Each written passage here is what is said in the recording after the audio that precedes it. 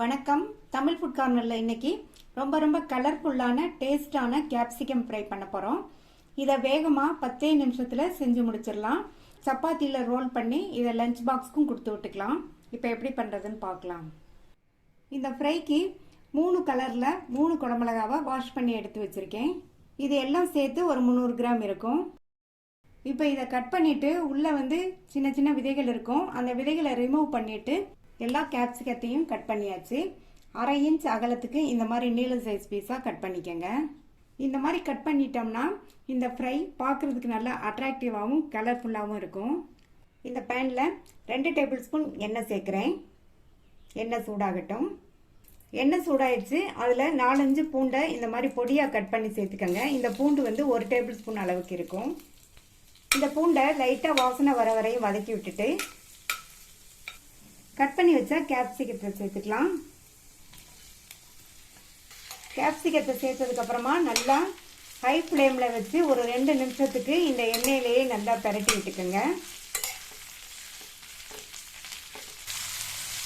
இந்த மாதிரி 2 நிமிஷத்துக்கு வதக்கிட்டு இது கூட ஒரு கைப்பிடி அளவு பொடியாக கட் பண்ண புதினா இலைகளையும் ஒரு கைப்பிடி அளவு பொடியாக கட் பண்ண கொத்தமல்லி இலைகளையும் சேர்த்துட்டு நல்லா ஒரு தடவை கலந்து கொடுத்துருங்க. இந்த ஃப்ரைக்கு இந்த புதினா கொத்தமல்லி இலைகள் நல்ல ஒரு டேஸ்ட்டும் வாசனையும் கொடுக்கும். லைட்டாக இந்த மாதிரி கலந்து விட்டால் போதும். ஸ்டவ்வை மீடியம் ஃப்ளேமில் வச்சுருங்க. இதில் 2 டீஸ்பூன் சாம்பார் தூள் சேர்க்க போகிறேன்.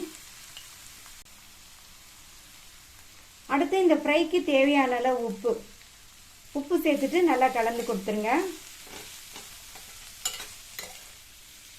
இப்போ கலந்து கொடுத்தாச்சு. இதில் 2 கையளவு தண்ணி தெளிச்சுக்கலாம். இந்த அளவு தண்ணி போதும். இந்த கேப்சிகம் வேகிறதுக்கு கரெக்டாக இருக்கும். தண்ணி சேர்த்துட்டு நல்லா மறுபடியும் கலந்து கொடுத்துட்டு மூடி போட்டு ஸ்டவ்வை லோ மீடியம் ஃப்ளேமில் வச்சுருங்க. இந்த நம்ம சேர்த்துருக்கிற தண்ணி எல்லாம் வத்துற வரைக்கும் நல்லா ஃப்ரை ஆகிட்டு இருக்கட்டும். இடையில ஓப்பன் பண்ணி பார்த்து அப்பப்போ கிண்டி விட்டுக்கோங்க. இந்த குடமிளகா வேகமாக வெந்துடும்.